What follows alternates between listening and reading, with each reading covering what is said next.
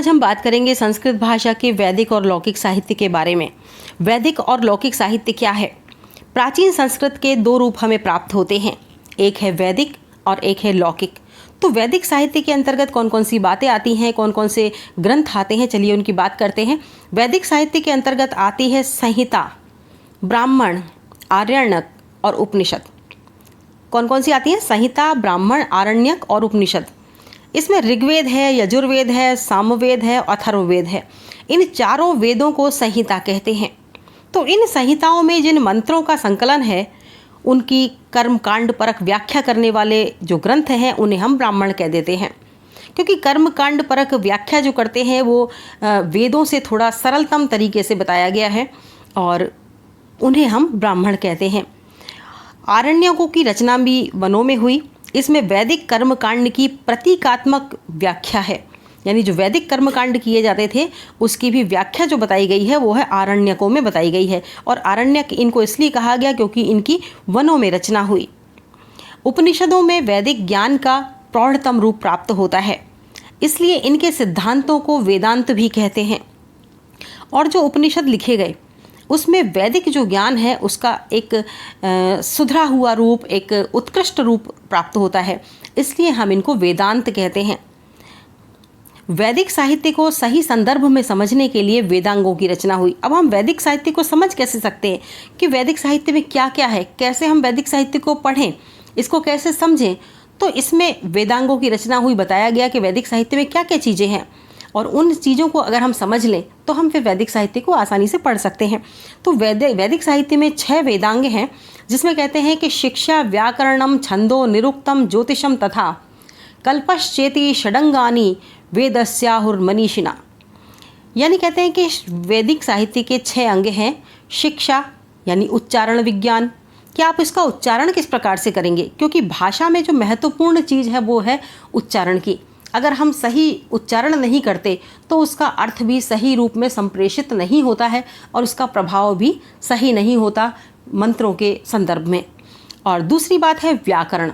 व्याकरण पद विज्ञान को हमें जानना बहुत ज़रूरी है कि किस प्रकार से वाक्य संयोजन इत्यादि होता है और उसमें किस प्रकार से जो वाक्य रचना वगैरह है वो बताई हुई है। तो पद विज्ञान, एक एक शब्द को समझना। इसके बाद है छंद, छंदात्मक मंत्रों की छंद व्यवस्था। जो छंदात्मक मंत्र है या आप पद्यात्मक मंत्र कह लीजिए इनको, कि मंत्र जो है वो हमेशा पद्य में लिखे गए। प्राचीन काल में जब भी साहित्य का प्रारंभ हुआ तो गद्य का कहीं नामो निशान नहीं था, बल्कि पद्य के रूप में ही कोई भी बात लिखी गई, कोई भी ग्रंथ लिखा गया। और सर्वप्रथम जब वेद लिखे गए तो उसमें भी एक पद्यात्मक रचना ही लिखी गई। तो छंद की जो व्यवस्था है उसके बारे में जानना हमें बहुत ज़्यादा ज़रूरी था, ताकि हम उसको सही रूप में पढ़ सकें और सही रूप में उच्चारण कर सकें, सही उसके अर्थों को समझ सकें। इसके बाद आता है निरुक्त। निरुक्त का अर्थ है अर्थ विज्ञान। एक एक शब्द के हम टुकड़े कर करके हम उसके अर्थ को समझ सकें, वह है निरुक्त विज्ञान। क्योंकि संस्कृत भाषा में आप देखते हैं कि इतने बड़े बड़े शब्द होते हैं कि कई बार तो एक शब्द एक पंक्ति से शुरू होता है और वो दूसरी पंक्ति पर आकर एक ही शब्द समाप्त होता है। ऐसी व्यवस्था आपको किसी भी अन्य भाषा में नज़र नहीं आएगी। तो इतने बड़े शब्द को आप किस प्रकार से समझेंगे कि कितने शब्द इसमें जुड़े हुए हैं, तो वो निरुक्त विज्ञान आपको जानना आवश्यक है। जब आप निरुक्त विज्ञान को समझते हैं तब आप एक एक शब्द के टुकड़े टुकड़े करके, समास के विग्रह कर करके, संधि के विग्रह कर करके आप उस शब्द को संपूर्ण रूप में सही अर्थों में समझ सकते हैं। क्योंकि अर्थ का अनर्थ भी बहुत जल्दी हो जाता है। हाँ का नहीं होते ही हम पूरे विचारों की श्रृंखला हमारी बदल जाती है। तो इसलिए अर्थ विज्ञान को, निरुक्त को समझना जरूरी है। इसके बाद है ज्योतिष। ज्योतिष है काल और खगोल विज्ञान। काल कहते हैं कि सबसे महत्वपूर्ण है संपूर्ण सृष्टि में। अगर हम काल को समझ लेते हैं, समय को समझ लेते हैं, समय की गति को समझते हैं, तो मानते हैं कि संपूर्ण जगत में शायद सृष्टि को समझने के लिए इससे बड़ी कोई चीज़ ही नहीं है। फिर सृष्टि को समझने की हमें कोई आवश्यकता ही नहीं है। तो कहते हैं काल गणना बहुत बड़ी गणना के रूप में उभर कर संस्कृत भाषा में सामने आता है। और खगोल विज्ञान यानी नक्षत्रों का विज्ञान। नक्षत्रों के विज्ञान के बारे में अगर हम जान लेते हैं तो संपूर्ण सृष्टि को समझने में कहीं भी कुछ भी शेष नहीं बचता है। इसके बाद कल्प आता है, कर्मकांड और आचार का शास्त्र। यानी कर्मकांड किस प्रकार से किए जाने चाहिए और आचरण किस प्रकार से होना चाहिए, आचार का शास्त्र है। तो इसे वेदांग कहा गया है, वेदांत कहते हैं, वेदांग कहते हैं। तो शिक्षा, कल्प, व्याकरण, निरुक्त, छंद, ज्योतिष, ये वेदों के 6 अंग बताए गए हैं और इन 6 अंगों को हमें समझना बहुत ज़रूरी है। एक बार से आप फिर समझ लीजिए कि वो कौन कौन से 6 अंग हैं। सबसे पहली है शिक्षा। शिक्षा का सामान्य अर्थ आपने समझ लिया, उच्चारण विज्ञान। तो आप जानिए कि पढ़ाई में उच्चारण का कितना अधिक महत्व है, शब्दों के उच्चारण का कितना अधिक महत्व है, जो कि प्राचीन काल से ही हम समझते आ रहे हैं। दूसरा है व्याकरण। व्याकरण में पद विज्ञान, एक पद के बाद दूसरा पद किस प्रकार से रखा जाएगा, किस प्रकार से वाक्य बनेगा, क्योंकि पदों के समूह को ही तो वाक्य कहते हैं। तीसरा है छंद। जो हम पद्य लिखते हैं वो अनेक छंदों के आधार पर पद्य बनते हैं। आपने भी अपने पाठ्यक्रम में पढ़े होंगे, बहुत सारे छंद हैं, बहुत सारे अलंकार हैं। तो उसी प्रकार से पद्यों को जिस प्रकार से लिखते हैं और उसकी जिस प्रकार से गेयता होती है, उस पर छंद पर ही आधारित गेयता होती है उस पद्य की। तो छंद महत्वपूर्ण है। इसके बाद आ गया निरुक्त। निरुक्त है अर्थ विज्ञान। यदि आप किसी शब्द के अर्थ को ही नहीं समझ पाएंगे तो सब कुछ निरर्थक है, कुछ भी नहीं जान सकते आप। सिर्फ उसका लौकिक रूप से उच्चारण ही कर पाएंगे, बाकी उसे ग्रहण नहीं कर पाएंगे। तो अर्थ विज्ञान बहुत महत्वपूर्ण है। और इसके बाद आता है ज्योतिष। ज्योतिष जो हमें काल गणना के बारे में सिखाता है और जो हमें खगोल विज्ञान के बारे में सिखाता है, जो हमें अंतरिक्षीय ज्ञान प्रदान करता है। और इसके बाद है कल्प यानी कर्म कांड और आचार का शास्त्र। तो एक बार से फिर से इसे याद कर लीजिए, कौन कौन से वेदांग हैं। शिक्षा, कल्प, व्याकरण, निरुक्त, छंद और ज्योतिष, ये 6 वेदों के अंग माने गए हैं। अब अगर हम लौकिक साहित्य की बात करते हैं तो लौकिक साहित्य का जो आरंभ होता है वो हमारे होता है रामायण से। रामायण में एक आदर्श पुरुष राम के जीवन का चरित्र का वर्णन है और इसे आदि काव्य भी कहा जाता है। रामायण जो आदि कवि वाल्मीकि ने लिखी। अब आदि कवि इन्हें क्यों कहते हैं? क्योंकि सबसे पहले कवि जो संसार में हुए उन्हें हम वाल्मीकि के रूप में मानते हैं कि वाल्मीकि ही सर्वप्रथम कवि हुए और उन्हीं को हम आदि कवि कहते हैं। सर्वप्रथम कवि और सर्वप्रथम लौकिक साहित्य रचना रामायण को माना जाता है, इसीलिए रामायण को आदि काव्य कहा जाता है।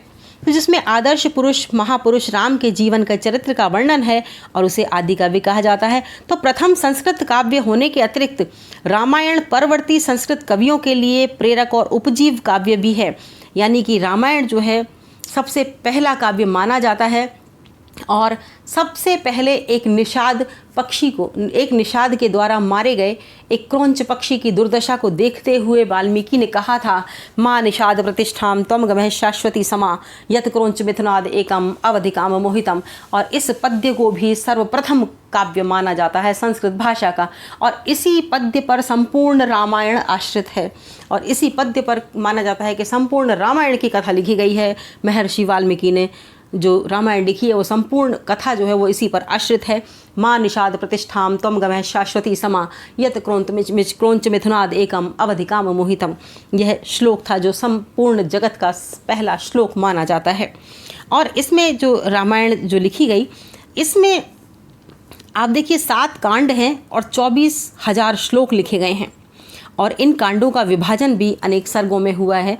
और इस पर कहते हैं ये उपजीव काव्य है, उपजीव्य काव्य लेखकों के लिए, साहित्यकारों के लिए, क्योंकि रामायण पर बहुत सारी रचनाएं हुई। भगवान राम के चरित्र पर बहुत सारी, रामचरितमानस भी तुलसीदास जी ने लिखी, फिर राम की शक्ति पूजा भी लिखी गई और भी बहुत सारे जो भगवान राम पर लिखे गए साहित्य है वो इतना असीमित साहित्य है कि हम उसके नाम को गिन भी नहीं सकते हैं। इतना असीमित साहित्य राम के जीवन पर लिखा गया है। तो ये उपजीव काव्य रहा। रामायण के अतिरिक्त महर्षि वेदव्यास द्वारा जो लिखित एक जो ग्रंथ था वो था महाभारत, जिसका मूल रूप एक भारत के रूप में माना जाता है और मूल रूप ही इतना बढ़ता गया कि उसे महाभारत की श्रेणी में रखा गया। इसमें भी जो कवियों और साहित्यकारों के लिए जो कथानक है वो बहुत ही विस्तृत कथानक है और ये कवियों साहित्यकारों के लिए आधार ग्रंथ का काम करता है। महाभारत में जितने भी कैरेक्टर्स थे या जितने भी रोल व्यक्ति थे, जो आप कह सकते हैं जितने भी नायक थे, आदर्श पुरुष थे, उन पर बहुत सारा साहित्य लिखा गया है, प्रत्येक आदर्श पुरुष पर एक साहित्य लिखा गया है। तो महाभारत पर जितना साहित्य लिखा गया है वो उसकी भी हम कल्पना नहीं कर सकते, उसको भी हम गिनती नहीं कर सकते। एक एक चरित्र पर अनेक अनेक कहानियाँ, अनेक अनेक कथाएं लिखी गई हैं। और पांडवों की और कौरवों की जो ये कहानी है और उनके दोनों के युद्ध का जो वर्णन है, अन्याय पर न्याय की विजय का जो वर्णन है, वो हमें बताता है कि यतो धर्मस्ततो जय, कि जहाँ धर्म है वहाँ ही जीत होती है, धर्म की ही हमेशा जीत होती है। तो इसमें 18 पर्व हैं जिनके नाम मुख्य रूप से विषय वस्तु के आधार पर ही दिए गए हैं, कि जो 18 पर्व हैं अलग अलग विषय वस्तु के आधार पर दिए गए हैं। ये मैं जब महाभारत के वीडियो की बात आएगी तो हम 18 पर्वों की चर्चा करेंगे। तो महाभारत में भारतीय जीवन पद्धति के सभी पक्षों का व्यापक प्रकाश डाला गया है और कहा गया है कि इसमें जो वर्णित है वही सर्वत्र साहित्य में पल्लवित है, किंतु जो इसमें पल्लवित नहीं वह अन्यत्र कहीं नहीं। यदि हास्ति तदन्यत्र यन्ने हास्ति न तत्क्वचित, यानी जो इसमें है वही सब जगह है और जो इसमें नहीं है वह कहीं भी नहीं है। इसके अतिरिक्त एक सामान्य लोकोक्ति भी प्रचलित है कि यन्न भारते तन्न भारते, अर्थात जो महाभारत में नहीं है वह भारत में कहीं भी नहीं है। इसका मतलब ये है कि जितनी कहानियाँ, जितनी भी बातें इस महाभारत में बताई गई हैं वही बातें बार बार इतिहास में दोहराई जा रही हैं और वही बातें हैं जो बदल बदल कर हमारे सामने आ रही हैं, जिनका प्रस्तुतिकरण अलग अलग ढंग से हो रहा है, लेकिन जो भी बातें आज भी हम देख रहे हैं वो सभी महाभारत में कहीं ना कहीं दर्शाई गई हैं। इसके अलावा है महाभारत का जो एक भाग है जो भीष्म पर्व का एक अंश है, तो उसमें युद्ध से विरत अर्जुन को श्री कृष्ण ने कर्मपथ का उपदेश दिया। कर्मपथ का एक जो कर्मपथ से जो विचलित हो गए थे उनके सामने कोई उद्देश्य बाकी नहीं था, तो उन्हें कर्मपथ का एक उद्देश्य भी दिया और कर्मपथ का एक उपदेश भी दिया। तो महाभारत का ये जो भगवत गीता है, महाभारत का जो अंश है भगवत गीता, वो संपूर्ण सृष्टि में, आज देखिए संपूर्ण विश्व में शोध का विषय भी बना हुआ है और बहुत सारे लोग इसे फॉलो करते हैं।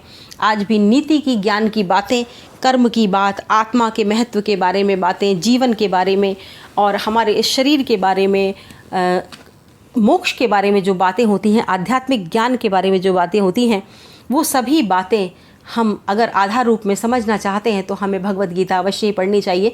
ये हम भारतीय ही नहीं कहते बल्कि विश्व के सभी लोग कहते हैं। तो रामायण और महाभारत के समान पुराणों का भी बहुत महत्व है।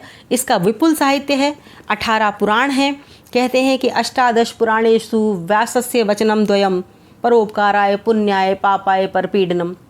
अगर आप परोपकार के बारे में जानना चाहते हैं या आप ये चाहते हैं कि इन 18 पुराणों में मूल रूप में कहा हुआ क्या है, तो ऐसा कहा जाता है कि भगवान व्यास ने 2 ही बातें कही हैं कि परोपकार तो पुण्य के लिए है और पाप के लिए। दूसरे को यदि आप परेशान करते हैं, सताते हैं, दुखी करते हैं तो वो सबसे बड़ा पाप है। परोपकाराय पुण्याय पापाय परपीडनम। इसमें प्राचीन भारत के जन जन के सभी ज्ञातव्य विषयों का संग्रह है।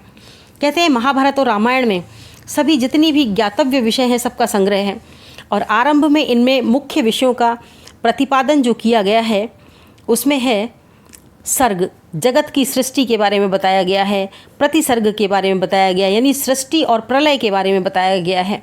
18 पुराणों में जो बताया गया है वह क्या है? सबसे पहले तो है सर्ग के बारे में कि जगत की सृष्टि कैसे हुई, जगत की उत्पत्ति कैसे हुई, और ये हम जानने के लिए हमेशा ही लालायित रहते हैं। और इसके बाद बताया गया है प्रतिसर्ग के बारे में, सृष्टि पर प्रलय कब होगी और पुनः सृष्टि का आरंभ कब होगा, कैसे होगा, इस सब के बारे में इसमें बताया गया है।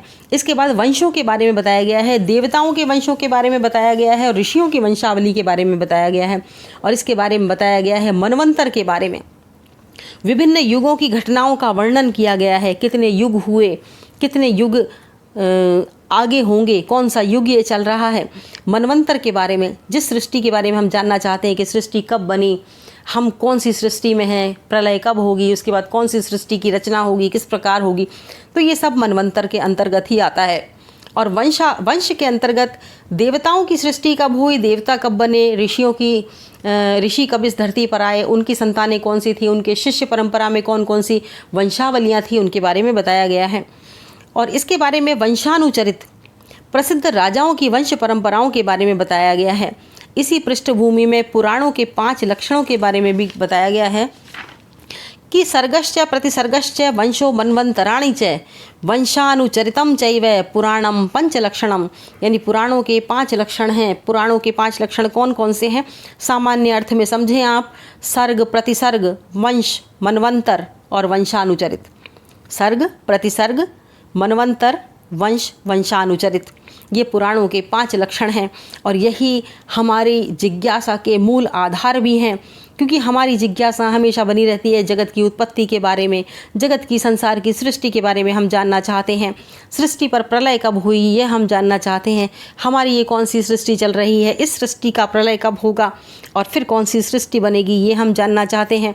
वंशों के बारे में हम अपना मनुष्य कब उत्पन्न हुआ, कौन सा प्रथम व्यक्ति था और कौन सा उसकी वंशावली थी और हम किस वंशावली में आगे चलकर हमारी उत्पत्ति हुई, ये सब हम जानना चाहते हैं। मनवंतर यानी विभिन्न युगों की घटनाओं के बारे में हम जानना चाहते हैं और राजाओं की, प्रसिद्ध जो राजा हुए उनकी वंश परंपराओं के बारे में भी हम जानना चाहते हैं। तो ये सब बातें अगर आप जानना चाहते हैं तो आपको पुराणों को अवश्य पढ़ना चाहिए। ये सब पुराणों में बताया गया है। आगे चलकर पुराणों ने समस्त सांस्कृतिक पक्षों को आत्मसात कर लिया। इसी कारण इनमें भारतीय समाज का प्रतिबिंब प्राप्त होता है। तीर्थ यात्रा के महत्वों को बताया गया, पर्वतों, वनों, नदियों के प्रति जो श्रद्धा थी, जो प्रदर्शन था और सदाचार के वर्णन के बारे में बताया गया। और पुराणों ने भारत की सांस्कृतिक एकता और नैतिक आचरण के संरक्षण में महत्वपूर्ण योगदान किस प्रकार दिया है, यह भी हम संस्कृत भाषा के माध्यम से जान सकते हैं कि हमारी सांस्कृतिक एकता जो है वो इस संस्कृत भाषा पर ही आधारित है और ये सब बातें पुराणों में बताई गई हैं। सदाचार का वर्णन है, हमारे तीर्थ यात्राओं का महत्व है, किस प्रकार से, किस नदी में स्नान करने से क्या पुण्य लाभ मिलता है, किस तीर्थ स्थान पर जाने से क्या पुण्य लाभ मिलता है, ये सब इसमें वर्णित है। और पूर्व में कौन कौन यहाँ पर गया और उन्हें क्या क्या फल की प्राप्ति हुई, यह सब भी इसमें वर्णित है। इसके अनंतर संस्कृत साहित्य के विविध रूपों के प्रस्फुटन एवं विकास का काल है। यानी यहाँ तो जो है एक सामान्य वैदिक साहित्य और लौकिक साहित्य की हम लोग बात कर लेते हैं। इसके बाद जो है लौकिक साहित्य ही आगे बढ़ता गया और उसका विकास होता गया।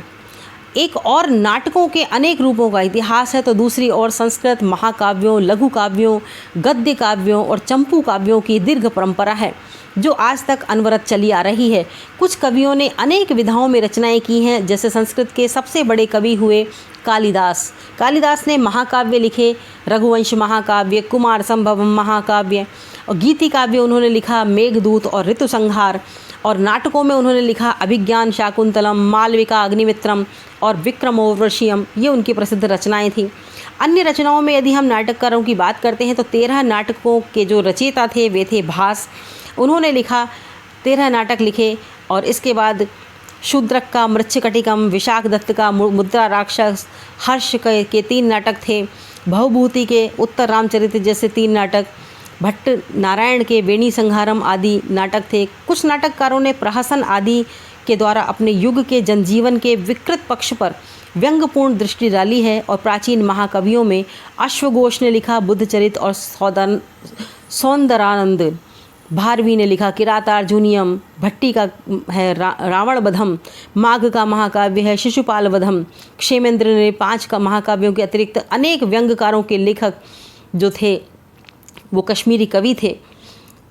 और इसके अलावा श्री हर्ष के नाटक की हम बात करें तो नैषधीय चरितम है। बिल्हड़ की बात करें तो विक्रम देव चरितम जो है वो लिखा है। कल्हड़ ने राज तरंगिणी लिखी। ऐसे अनेक ऐतिहासिक काव्य लिखे गए। तो गीति काव्यों व लघु काव्यों के प्राचीन लेखकों में अगर हम बात करें तो नीति श्रृंगार और वैराग्य शतक, नीति शतक, श्रृंगार शतक और वैराग्य शतक की बात आती है जो लिखा है भर्तहरि ने। अमरूक शतक जयदेव ने गीत गोविंद लिखा। जगन्नाथ ने लिखा भामिनी विलास। ये सब प्रसिद्ध नाटक हैं। गद्य कवियों में जो सुबंधु ने लिखा वासव दत्ता, वाणभट्ट ने हर्षत चरितम लिखा, कादंबरी लिखी, दंडी ने लिखा दश कुमार चरितम, अंबिका दत्त व्यास ने लिखा शिवराज विजय। ये सब बहुत ही विख्यात नाटक हैं।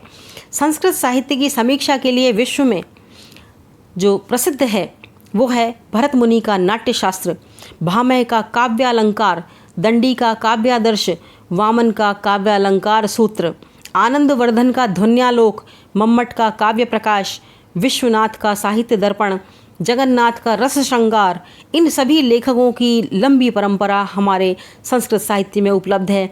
और इसी प्रकार व्याकरण में, दर्शन शास्त्र में, धर्मशास्त्र में, राजनीति में, आयुर्वेद में, ज्योतिष में, इन शास्त्रों की स्वतंत्र और दीर्घ परंपरा चलती आ रही है, जिसमें सहस्रों ग्रंथ संस्कृत के गौरव की वृद्धि करते आ रहे हैं। तो ये है लौकिक साहित्य के बारे में कि किस प्रकार से वैदिक और लौकिक साहित्य का उद्भव हुआ और उसकी परंपरा चली, और कौन कौन से जो प्रसिद्ध साहित्य हैं वो इनके अंतर्गत आते हैं। तो अगले वीडियो में हम बात करेंगे इन्हीं लौकिक साहित्य के अलग अलग कवियों के बारे में और अलग अलग ग्रंथों के बारे में।